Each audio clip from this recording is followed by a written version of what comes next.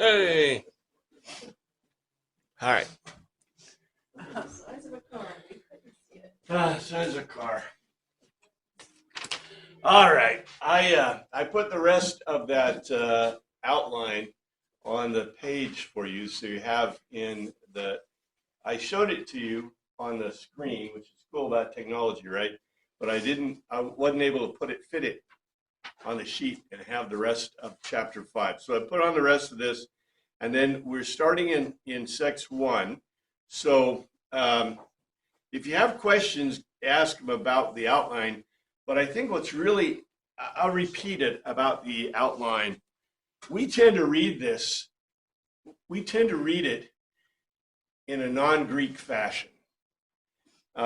We tend to read these things as if they're intro, body, conclusion, and they're a logos to telos. They're like a logical argument.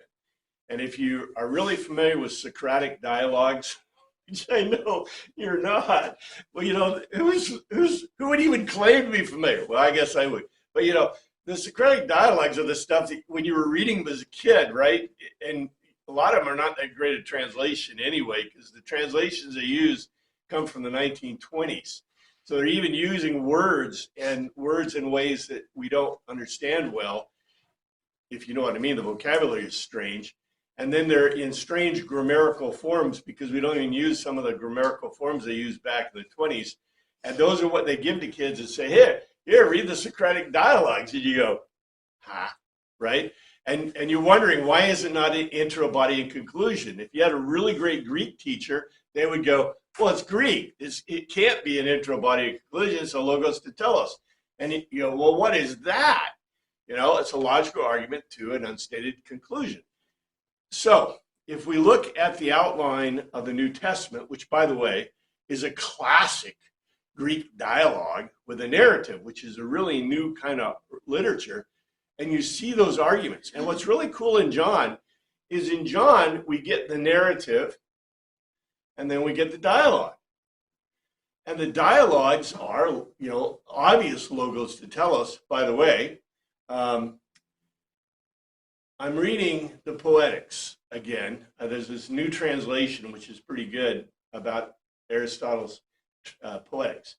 And one of the things that Aristotle says is he says, it's a great plot if you can keep the whole plot in your mind for the entire plot. In other words, a plot is too complex in his mind if you can't hold that plot in your mind. Now, for a Greek person who's used to very complex plots, Oedipus Rex, the theater, right?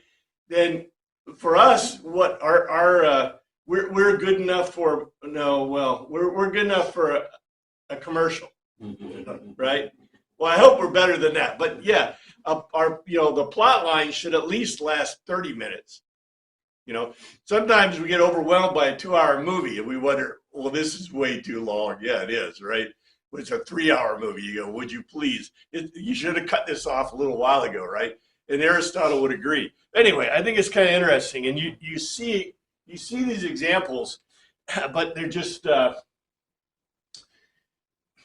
what I say, reflective, because in our culture we expect a certain thing to see a certain thing, and when you don't, like I said, you have to key your brain. Like I said, I wish we could all put on our togas. No. Our Hermatians.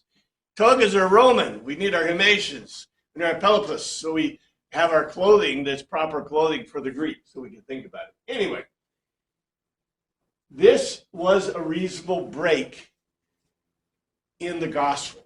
I've told you before, and we will see examples where remember, these things never ever had chapters or verses or anything until later. They were added in. When they were added in, the breaks may or may not be a good place to break the document.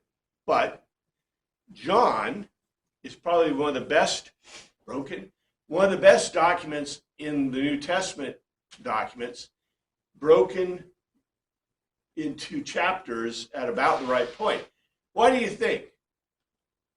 If John's writing to the Romans are expecting something more akin to an intro, body, and conclusion. They may not get what they fully wanted, but John is catering to his audience, and I really think he is. We see these doxa, he's throwing out doxa like crazy. We know he's talking to the Romans. We know he's talking to Latin speakers. Likewise, his breaks are the breaks that are obvious in the text are very obvious. We have that whole account. We have the account of the guy that he healed at Bethsaida, right? And then we have this wonderful dialogue. We have something similar with the feeding of the 5,000. So we have the 5,000. This is the next part, John 6, reasonable break. We don't get as much dialogue, but we will get some dialogue later on, which is very interesting. But here's what it has. So feeding the 5,000. Sometime after this, Jesus crossed to the far shore of the Sea of Galilee. That is the Sea of Tiberias. Oh my goodness gracious. I think this is very interesting. After these things, Jesus went over the Sea of Galilee, which is the Sea of Tiberias. And here's what it is in the Greek: meta, united place, tauta, these. He went off, Jesus, to on the other side of the Thalassus, a sea of the Galileans, of Galilee, of Tiberias. So after these, Jesus went off on the other side of the Sea of the Galilee, of the Tiberias. Okay. This should be like, I always say in engineering and flight tests, you have your spidey sense. When something seems wrong, like in a flight test or a flight or something, your hairs on the back of your neck should go up. Well, this isn't like scary so much as it should be. You should go, huh? Remember the woman at the well? She said, "You are the Messiah," using Hebrew, which is the Christ, which is Greek. Well, guess what? The Sea of Galilee is the term that would be used by the Hebrews. The Sea of Tiberias, or Tiberias, is the term used by the Romans and the Greeks. So the author, well, his audience obviously wasn't necessarily Hebrews. It must have included Greeks and Romans, because obviously he was so concerned that he knew where it is. See, you ought to want to make sure you had both the Hebrew and the Greek name of the sea. He's placing this event historically for his hearers. This is really important because in the Book of Mormon, how many places in the Book of Mormon have ever been identified? None. 0. There is none. There are no places mentioned in the Book of Mormon that are identified in the Old or the New World. This is a problem with a lot of books in antiquity, or books that are made up in antiquity, stuff that just hops out of people's brains. I mean, it's like science fiction. You'd think there would be one place or another you could name, right, from some of these works. There's a whole lot of these places. And remember, when I did it, I don't remember what I did, but I did the works in antiquity, the religious works in antiquity, and I mentioned how many of these just are totally disconnected to reality. There's not, but yet in the New Testament and in the Old Testament, one of the big things, I'm going to throw some stuff out here, but you've heard this before, the Tübingen School. Sorry, the Lutherans caused it. I'm sorry. We have to apologize for that, because Tübingen School is one of the most horrific events of the pre-20th century, when the Tübingen School Lutherans could not find, when archaeology was a nascent science, a brand new science, they couldn't find some of the places mentioned in the Old Testament and some of the places in the New Testament. So what did they do? They said, well, we're going to ignore that. It doesn't matter. It matters. It only matters what you think, not what was real. And you're like, wait.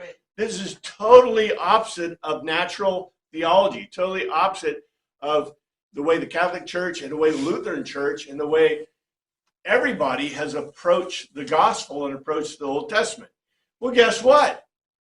They found every place pretty much mentioned in the Old Testament, every place mentioned in the New Testament. The apocryphal documents, some of them have problems and issues, and when we did the apocryphal, we talked about some of that. This is just an interesting thing. So we have a whole body of theology that is based in our church and in churches on the idea that, on a 19th, 18th century idea that the Old Testament and New Testament are false because you can't find some of these places archaeologically. Guess what? I'm going to show you some pictures of the Sea of Galilee, and there's also called the Sea of Tiberias, and the places all around it. Every place that is mentioned in the New Testament we know exists, and a lot of the people in the New Testament we know exist. They're actually found in the inscription of Pilate. Like, you have to go, yeah, Pilate was made up by some guy? Huh? We found a couple of inscriptions about Pilate actually using his name as the head. It's interesting. Anyway, we've already talked about some of these subjects, but I think they're very important. And when we read this stuff, you're, like I said, I kind of like to call it spidey sense, but your sense in the translation should, whether you're reading in English or you're reading in Greek, should go, the author, remember, every word is worth what, $5, $10 each? So the author thought it was so important to put in this extra words to make sure that you knew that it was also Tiberias. Beautiful stuff, important stuff. And here is a map of ancient Galilee. I've showed you these maps before. Oh, come on. It's nice. I want. Okay, here's Galilee and the Sea of Galilee. I call Lake Tiberias. Your choice, Lake, Sea. I guess compared to water skiing on the Lake Tiberias. Yeah, water skiing on Lake Tiberias, right? Here's the place: Bethsaida, Chorazin, Capernaum, Magdala, Tiberias, Mount Tabor, Cana, Nazareth. All these places, Jordan River. The thing that's kind of important to know, here's the plain of the Escadrian. Remember I told you that's the way everybody attacked when they came into Israel, because it's flat and it's a plain. It's also where most of the growing, this is where a lot of the growing area for Israel is in the Levant. But the big difference is who's on this side of the Sea of Galilee and the Jordan River? Well, the Romans control it. On this side. Oh, that side. That's the Hebrews, right? Hebrews. There's some Greek influence, but the Romans are there to keep order because they were invited. They're invited in. Come on, help us with those nasty Greeks. Come on. Oh, we're coming, but we're staying. It's like, yeah, okay. Who's on the other side? You notice they don't mention, but what's right here? Mm-hmm. Decapolis. Decapolis, the 10 cities. The 10 cities, Decapolis. Who's that? Greeks, yeah, because 10 cities, Decapolis. The 10 cities are Greek cities. And on this side is Greek. This side is Hebrew. Now, there's some mixing. It's kind of like the Polish border between Germany and Poland, right? Do they speak Polish or German? Yes. Yes, exactly. How about Prussia? Anybody know what Prussia is? East Prussia? East Prussia, let's see if I can remember. The Polish call the capital of East Prussia Gdansk. And I got it right. What's the Polish name, the other name? Gdansk or I can't remember if Gdansk is a German name or Gdansk is the other name, but it's also got a Polish name. It has been German more than it's ever been Polish. But the Polish, after World War II, the Poles took it back over because they fought over this area forever. Do they speak Polish or German? It depends. And they probably speak both, right? So, interesting, right? But these areas, since 232 BC, who did that? Alexander the Great. 232 BC is an important date. Every kid should know this. Everybody should know that, right? It's like 70 BC. Did I get that date right? What was important about 70 BC? Anybody remember? think I got the right date. Caesar and the Rubicon and all Mm. that. Caesar crossed the Rubicon, the end of the Roman Republic. Seminal dates in history. Some dates are important. And here's another picture. I like this picture, not so much because it shows the stuff. Oh, what happened? It doesn't like that picture cord. Maybe I hit the cord. Yeah. Wake up.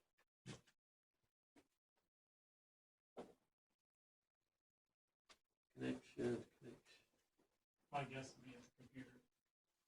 The computer's showing No, the No, the connection. cord. Cord and entering it. at the computer. Okay, maybe they give me a back cord. This is weird. All right, not that. This does show the different. I didn't touch it. Biblical stuff. Okay. Stay right there. Don't move. But what's interesting about this is these are the ports. See, harbor ports. So obviously they do a lot of trading and fishing. Well, fishing mostly, but trading, yeah. It's really good to have a flat place with a lake because, yeah, you could transport goods back and forth, and there was lots of transporting of goods. What are the Greeks well known for? Sailing. Trade and sailing, yeah. Well, Maritime things. yeah, well, the Greeks, okay, I'm going to remind you, Lydia invented coinage in 600 BC. But what made coinage go crazy was the Greeks. The Greeks thought this idea of coinage was great because the Greeks were traders. They traded maritime, did a lot of maritime trading. And Athenians were the ones. The Athenians had some silver, so they invented the denarius. And the denarius, which I'm going to show you a picture of, we get to that point. But they were able to trade goods with capital. This is called capitalism. They're not the inventors of capitalism, Lydians did. But the minute you have capital that is guaranteed by a government, you have capitalism because it's a natural thing. If you don't have capitalism, what do you have? Bartering. Yeah. Barter, yeah, bartering trade, which is really difficult. Barter trade is tough because can you imagine what if you needed to trade for your lettuce at the supermarket? So you take something of value to the supermarket. Hey, I'll trade you this for lettuce. No, my lettuce is too dear. You can't do that. But if you have coinage allows immediate trade, which is why the Greeks thought it was great, why the world thought it was great. And when we had coinage, we immediately had this market barter turn into capitalism, which means what you said was right. I would say that most of their stuff was fishing, but a lot of the ability, if you notice, there's bunches of harbors. So bunches of harbors mean, well, instead of having to cross across the mountains and this other stuff, or go to the Plain of Escadrian over here, we can just take our goods and go right across. And you mentioned the Parthenians. The Parthenians and the Scythians were a constant problem for the Romans. The Greeks had made kind of peace with them. But remember, we have the Greek Levant, and we also have basically, you see, what are they called? We have Greek Egypt. The Greeks have controlled Egypt for 243 years, generations and generations. They have controlled, Greece for way longer than that, the Macedonian Greeks, because that was what Alexander was. And then we have the other area, which is the Seleucid Empire. And this is part of the Seleucid Empire. Seleucid Empire, the trade paths that were opened up to where? You guys remember? What's on the east part of the Seleucid Empire? Well, India. So close enough, right? Alexander never made it past India, but Alexander captured some areas in India. So Turkey, India, northern India, or that area, northern India, whatever. And so there are enormous trade paths that, eventually get to Cathay. Cathay. I just throw these out. These are beautiful things. Things that we I don't know if they even teach them anymore. What was the famous one at Cathay? The famous epic poems from Spain. What was that guy's name? Anyway, very, very famous epic poems in Europe. And they talked about the Princess of Cathay. Cathay is China. Why would an epic poem from the 14th, 13th century in Spain talk about China? Marco Polo, Silk Road. Oh, exactly. So yes, trading and things going across. And I think this shows them. I've got another picture that shows, let's see, do they have the feeding of the 5,000 someplace in here? Yeah, they say multiplication of loaves and fishes here, which you remember is outside of the Hebrew Galil. It's outside the Galil. All right. Oh, here we are. In the NIV it says, and a great crowd of people followed him because they saw the signs he had performed by healing the sick. Okay, here's the King James, and the great multitude followed him because they saw his miracles, which he did on them that were diseased. All right, we know that diseased, you're done in the ancient world. They don't treat disease. Matter of fact, you're not wandering around with disease. What it says in the Greek is, he went the same way with, but to him, a throng, polis, a large throng, that because they were spectators of the Semea, the supernatural ceremonial indication signs that he was making or doing on or against of the astheneuton, those who were feeble. But a throng went in the same way with him. I love the Greek. In the English, we don't get this.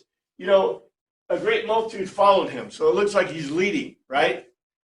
No, he was going, and they were there, right? They went in the same way with him, which is really a different kind of concept than leaders and followers, because many were spectators of the supernatural ceremonial indications, signs, which he was doing on those who were feeble.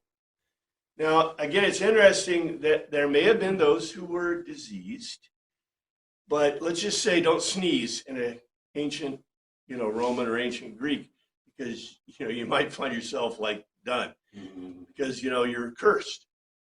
And what's interesting about this is we're going to see examples where Jesus, and we already saw one example, right? The ruler's kid who was ill, feeble, but Jesus made him well. Very interesting stuff. Okay, throwing it the same way, etc. Then Jesus went up on a mountainside and sat down with his disciples. Okay, this is very interesting in itself. Jesus went up to the mountain. Let's see, I think I got to just move this a little bit. Jesus went up to the mountain and he sat with his disciples. He ascended, but to her into the Oros, a mountain. Jesus, Kai, and in that place, he was sitting down with or in company with the Methaton, the learners, disciples, his disciples.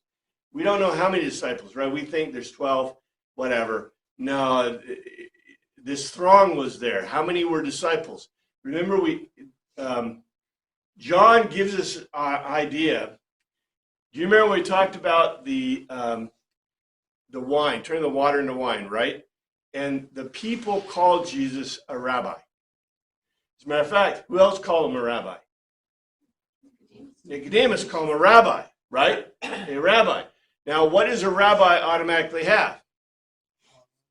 A following. Yeah, because that's why you're a rabbi. Now, the synagogue system wasn't really super strong, but a synagogue system says how many you got to have? 5. I think 5 adult males, right, to have a synagogue. And therefore, you could be a rabbi with 5. Jesus had much more than that. And how many did he have? We have no idea. He could have had a whole bunch. He could have had like a fewer.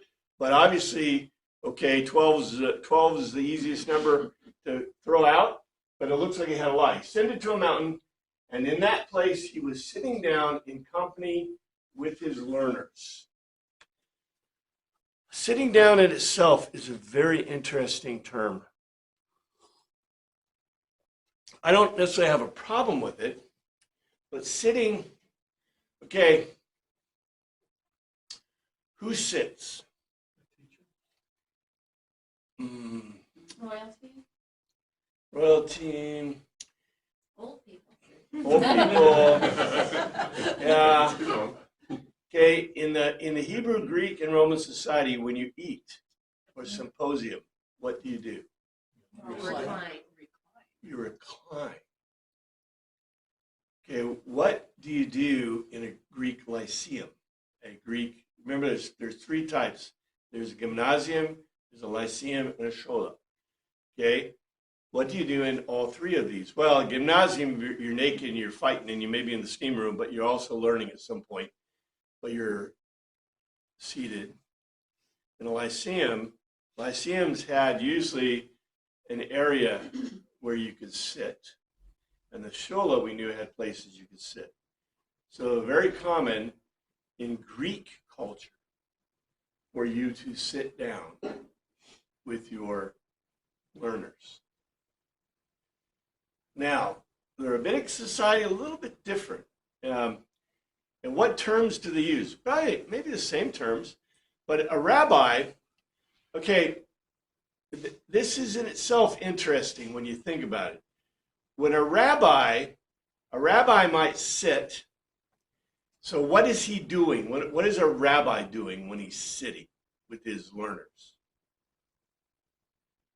What is he holding in his hands? Always. A rabbi is always going to have it in his hands. Well, the scrolls, right? He's going to always have a scroll.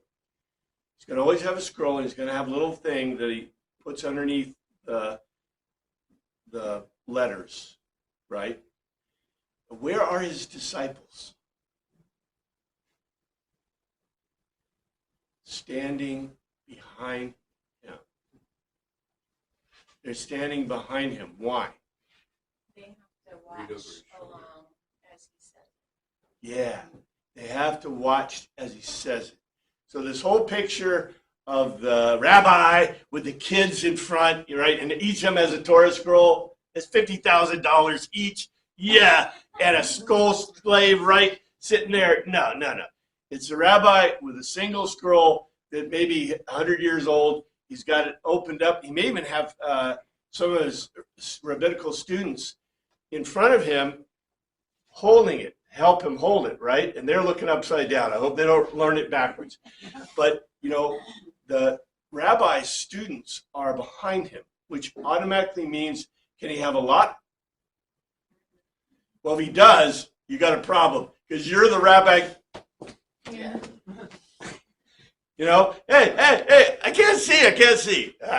Your turn's later, right? Just keep memorizing.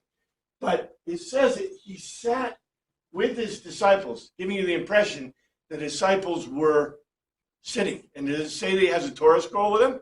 Or a scroll? Or a Tanakh? Nope. So this is a different kind of teaching. This is a rabbinical, or not rabbinical, it's a Greek. It's Greek-Roman kind of teaching. Are we pulling a lot of it? I don't think so. I think we're going to see what happens because they're going to go into symposium. Anyway, Jesus sat on a mountain, and in that place, he was sitting down in company with his learners. In other words, are they sitting down too? Yes.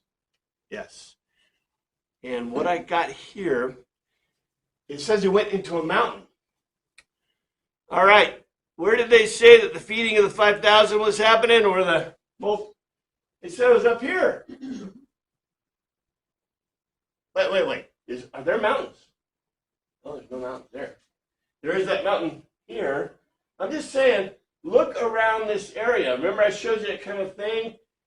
It's obviously going to be close to the lake. It can't be too far away, right? But yet it's got to be up someplace where there's hills, right? So in that other sort of elevation picture, it looked like there were hills most of all around it. yeah, but a ways away, right? So this, you got to walk a ways. Let's see, it doesn't have a scale. No, it didn't have a very good scale. I don't see a scale in this. I don't remember if there's one. The other one we can go back and see.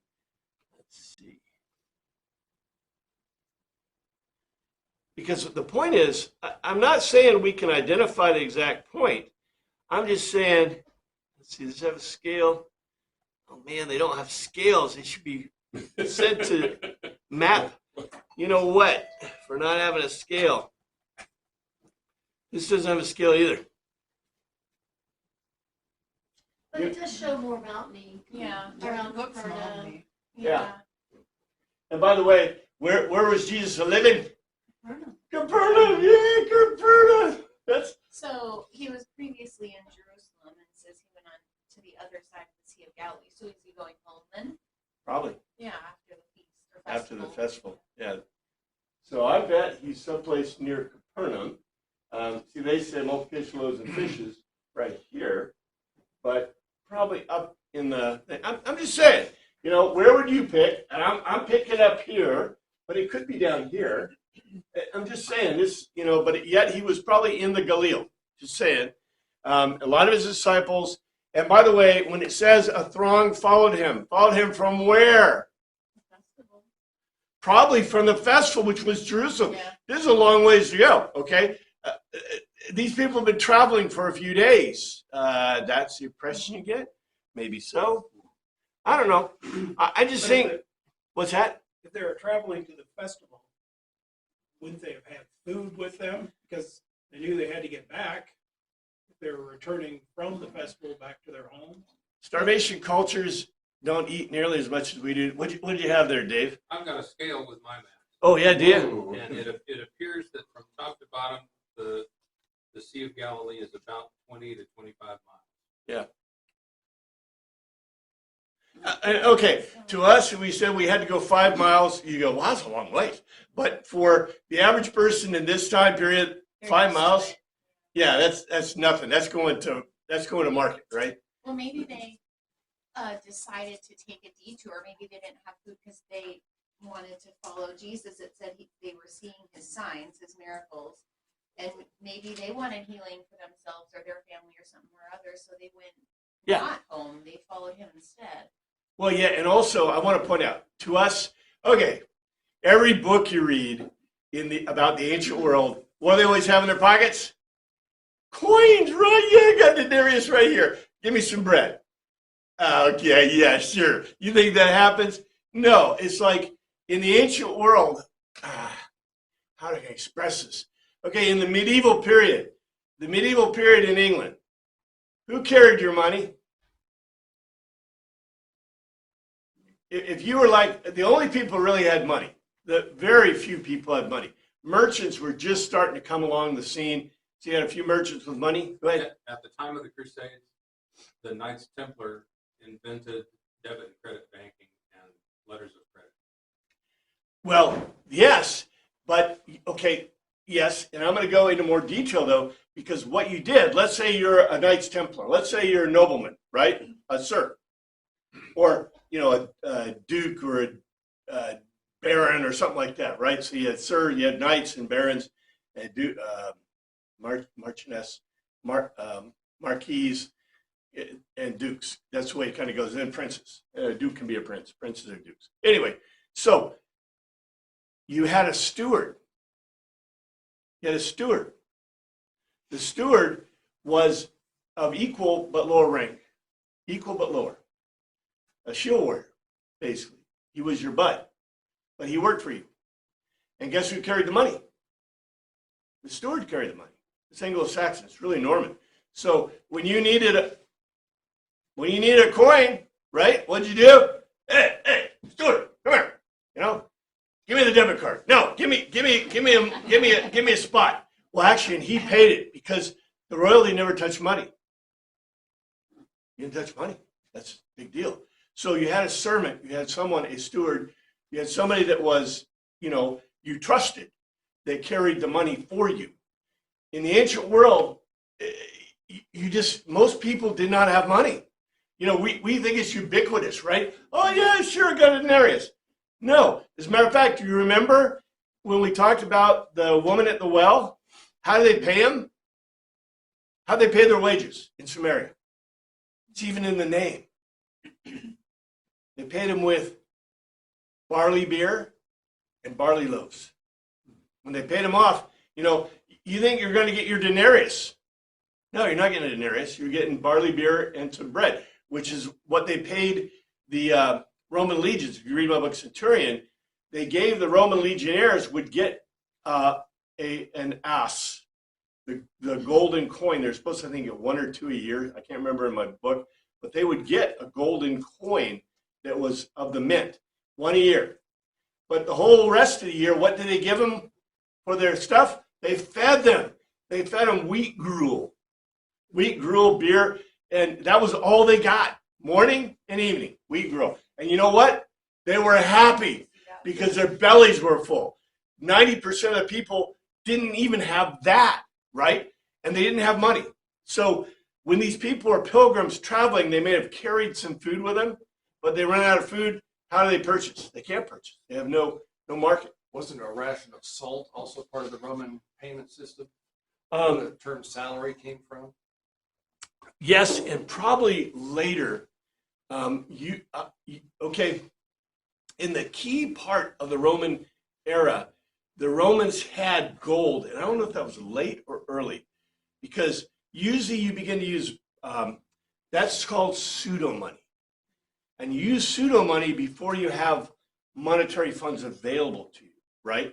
And so it's probably early empire, but I'm not as familiar with early empire as I am with late empire. Late empire being the time of Christ, in that period. So I would guess that you're right on the money, that what they did is they're using pseudo money because they didn't have, money. Metal is not easy to get a hold of. It's very, you remember that thing I did on gold when we did the Torah, and I showed you there is so little gold in the world. So when you start talking about gold, and gold is so heavy that it's just, way outside of our consideration, because most of us have never held a bar of gold, or, when you realize that gold is so heavy that it's 10 times heavier than lead, something like that. I mean, I gave you the charts, but it's way heavier than almost anything you've ever felt before, especially if you have something that's really a chunk of it, right? Compared to another chunk of metal. Anyway, so just trying to identify the places, trying to get kind of familiar with where we are and see the real thing. Yes, sir. We're talking about the feeding of the 5,000 seems like a lot of people for this time. Could there be that many people going back to Capernaum? Is Capernaum that big? No. It just seems like a big number. The Galil is pretty big, but, what has obviously happened is Jesus is not creating an uprising, but he's getting a lot of people excited. And yes, if somebody were out here going to the hospitals and healing every single person, I suspect you'd have some excitement going on. Or if he were doing the things he did. Just think, making 600 bottles of wine. Holy smoke, it is really good, really fine wine. It's Jeremiah and the Borfog, right? We're talking about really good wine here. So it's just, we're seeing things that are happening, and historically, we go to events, and how many people can you put in that stadium we got that we made too small downtown? Like 20,000. 15, 20,000. Yeah. 15, 20,000, right? If you really crowd them in. In baby seats. You mean the arena? Yeah, really. Yeah, the arena. Yeah. But we're used to, 5,000 people. Most of us have seen 5,000 people, right? I've told you before, we know the size of the cities. Jerusalem normally had about 20,000 people in it because we've got the data from the, from the censuses they did. We know there's about 20,000 people in Jerusalem until the festivals. The festivals, it rose to about 1 million people. 20,000 people is how many fit in that arena. 5,000 people is, in this time, is not that uncommon. You look at Tokyo, you probably see 5,000 people on the streets in Shibuya, right? So 5,000 people to us, we're used to it. We're, what's the word? We're inured to it. It's just common to us. But in this era, is it common? 5,000 people is a fifth of the population of Jerusalem, a nation state, a city state. How many are in Athens? We think that most city-states could only support about 20, there's papers out there, okay, that are about 20,000 people. What happens when you get above 20,000 people? Any idea? Can't feed them all. We can't feed them. There's other problems. Sanitation, disease. As a matter of fact, there's a bunch of papers in medieval, and they believe that even though in the medieval cities, their populations grew above 20,000, what killed, were you safer in the rural area on the farms or safer in the cities? Those farms. You're much safer in the farms, but what's the perception? Why do people go to the cities?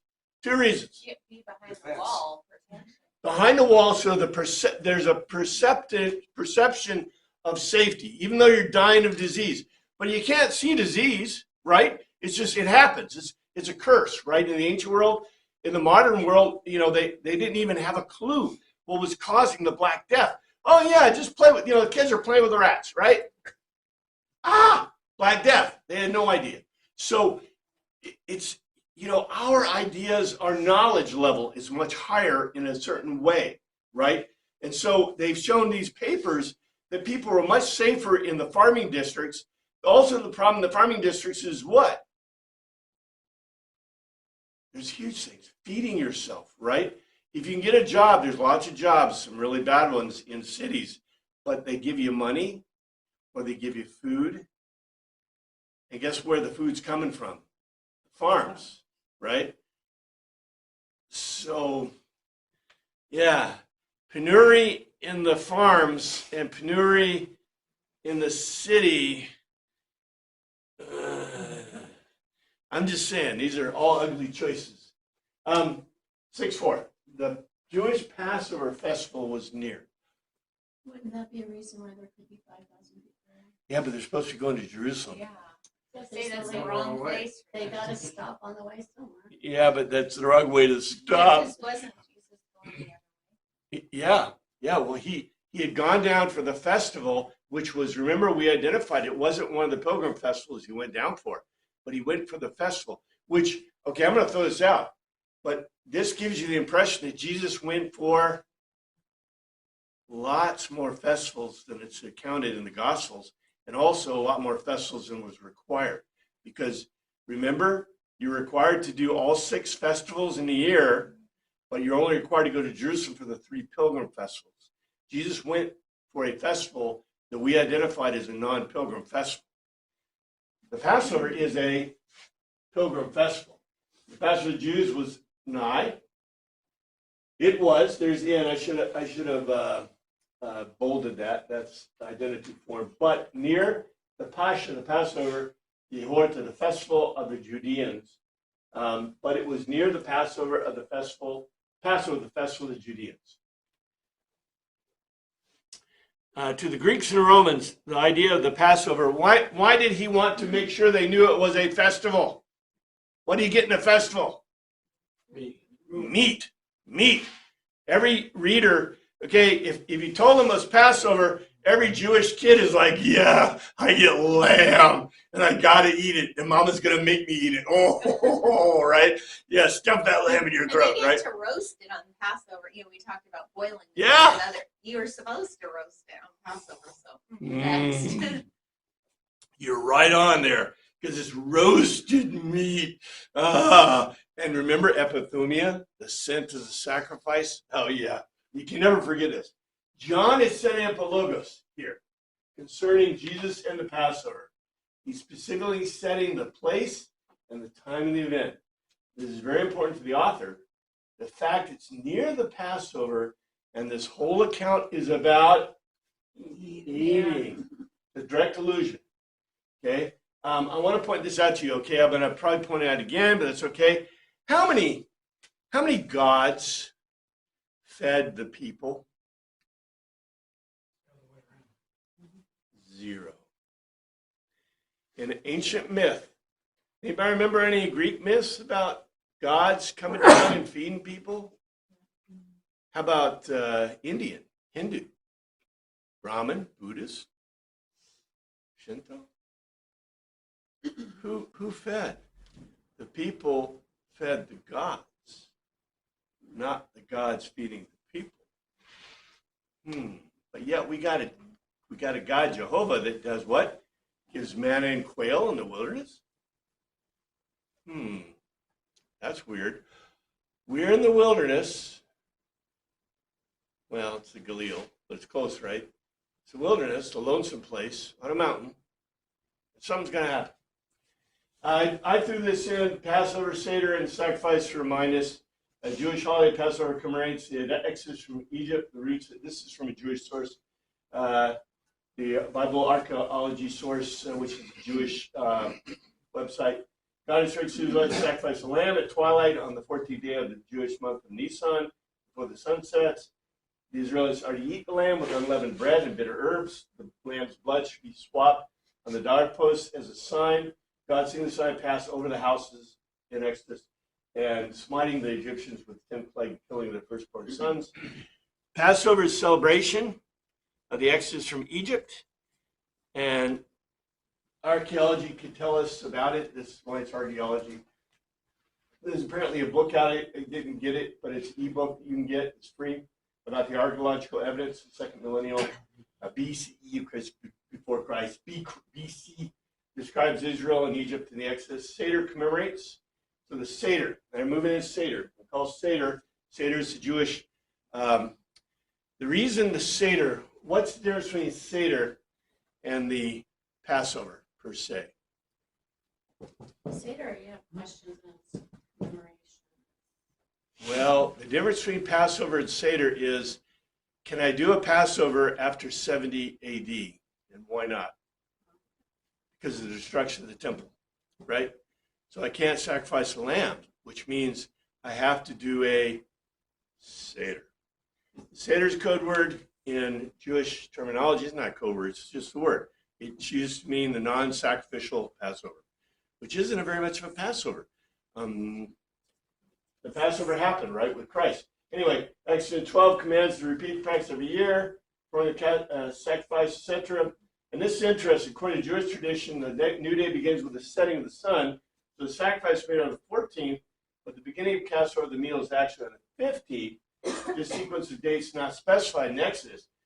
What he's talking about is some reinvigoration and retranslation that was happening, and we see that in the Gospels, because you're supposed to sacrifice the lamb and eat it on the same day. But then the Israelites were settled in Israel, and once the temple was built, the original sacrifice described changed dramatically. This is Jewish word.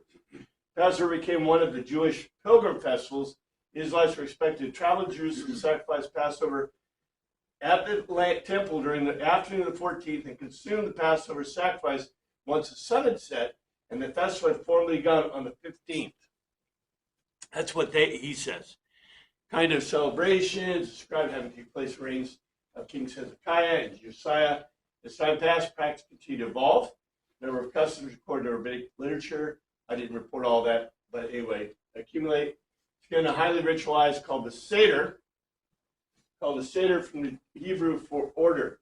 Unleavened bread was broken, wine was served, diners reclined, hymns were sung furthermore during the meal. The Exodus stories were told, the significance of unleavened bread, bitter herbs, and wine was explained.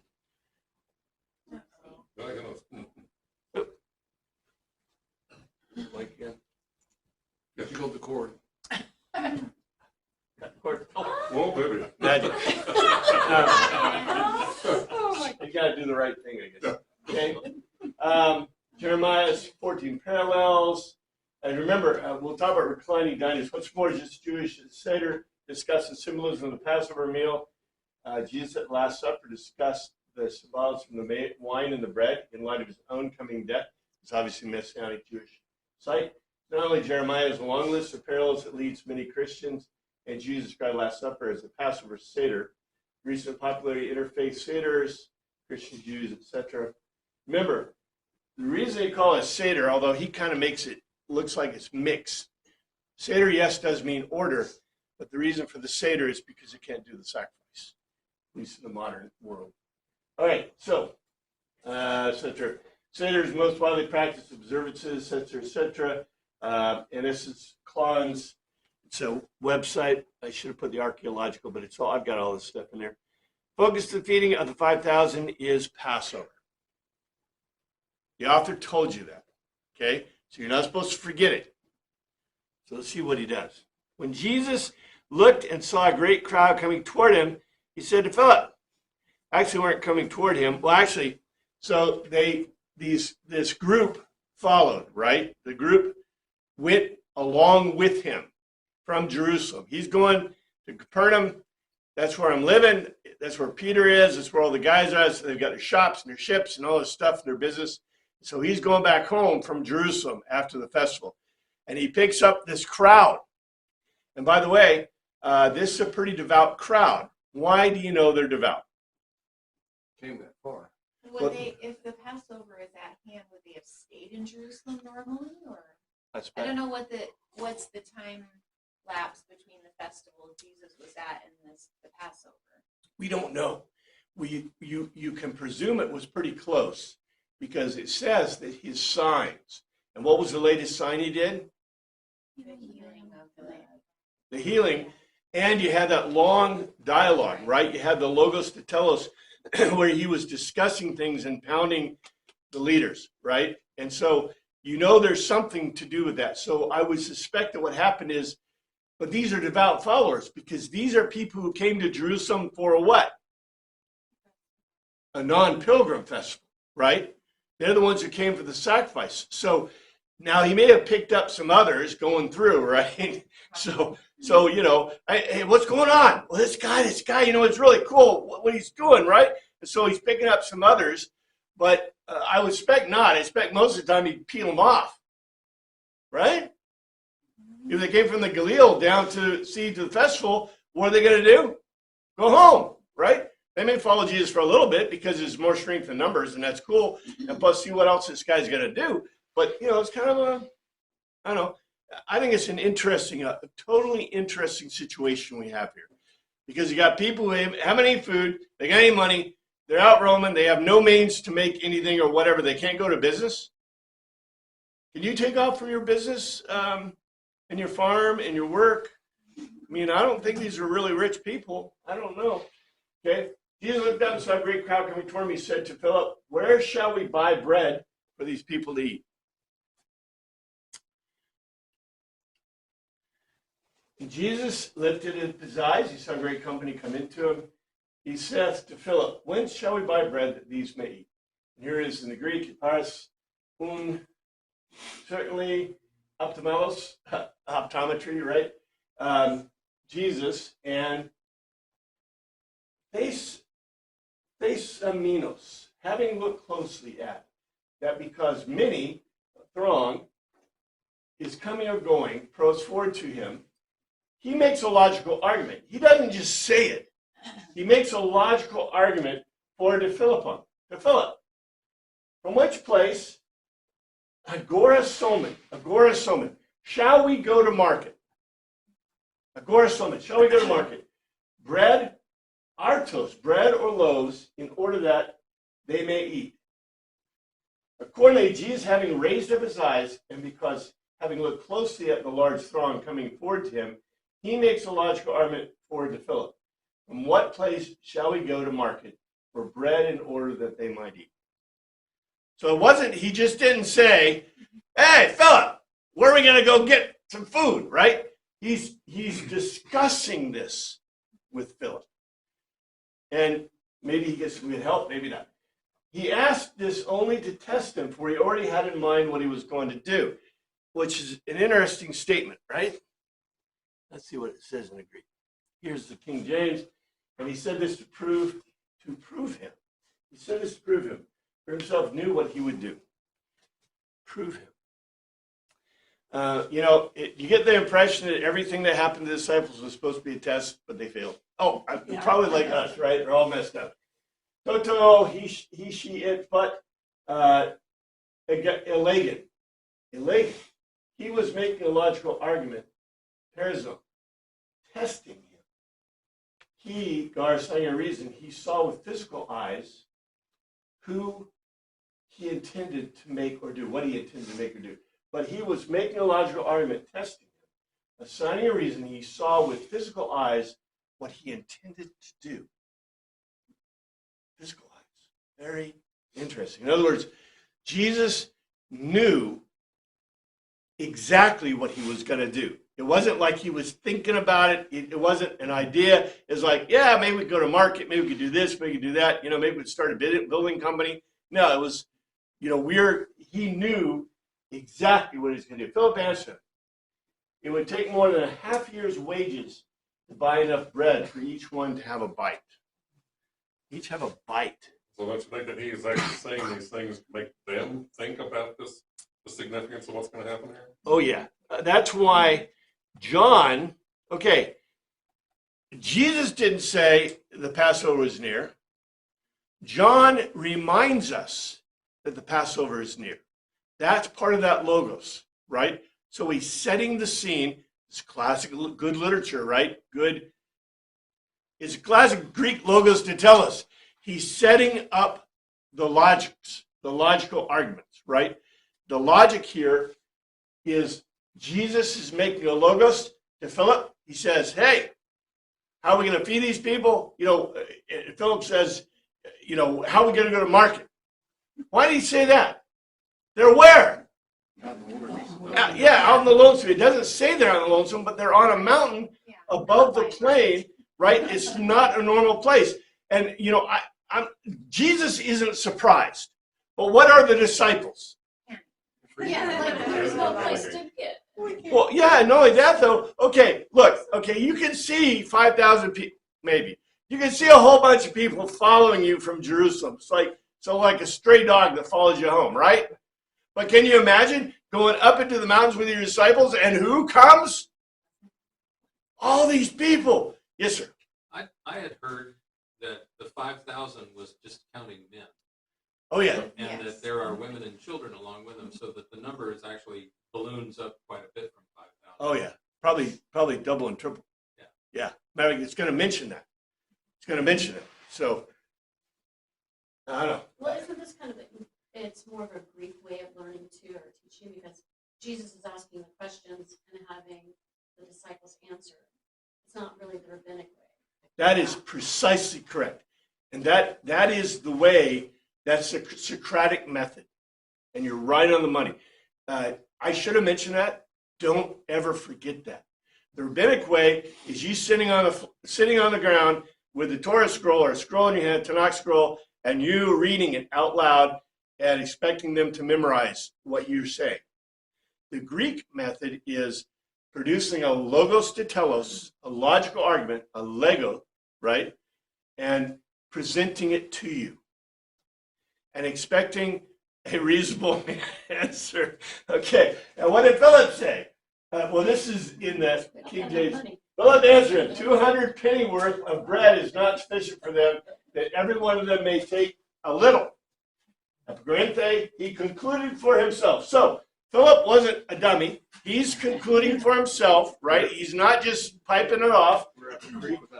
He thought about it. To him, He's looking at the science. Yeah, really. he's doing a spreadsheet, right? Look, I'm estimating the count. I got my clicker going. Okay, this is a lot of people, right? Philippos, diakusin, 200 denarion of denarii, bread, loaves, nor not arkusin, they were to ward off to them, in order that each or every short, little, a certain one or thing he might take hold of. Lamba, lambano. Philip concluded for himself to him, 200 of denarii in bread, loaves, will not ward them off, in order that each one might take hold of a little. Now, what I want to point out is, you see what he says? This is very ancient world. 200 of denarii in bread. In other words, what is the marketable amount here? Bread or denarii? To him, they're equal. In other words, this isn't how we think. You don't say, oh, $200 in bread, right? You would say, oh, I'm going to buy $200 worth of bread, or I'm going to go to the shop with $200 and see how much bread I can get. Well, what he's doing is he's equating denarii in bread, which I think is a beautiful kind of ancient old world kind of way of thinking. Commodity. Yeah, it's a commodity. It's we got to get away. You know, if we want to think like Greek, and by the way, money is so ubiquitous in our society. It's really funny. There's also a double entendre about warding off hunger and warding off the crowd. This is a figure of speech. Okay, this is a pun, a Greek pun. They're full of Greek puns, right? You know, look what it says. They will ward off. Okay, will not ward them off. Ward off what? The hunger, or get rid of them, right? Yeah. We need to get rid of them because, well, what are the disciples thinking? Well, how are we going to learn anything from this guy, right? We got They're all these interrupting people. our retreat. Yeah, we're having a retreat and they're invading our retreat. There is much more to this. This is, again, so beautiful, and we run out of time. The Greek gives us this funny and the interesting and the unusual. And as we pick this apart with seeing how this fits into Passover. So I say, if you go back and look at it and see how you think this maybe fits into Passover, because that's what we'll be discussing in general, but very specifically from the translation. Thank you, Father, for the word. Thank you for this week. We pray you look after us all. In your name we pray.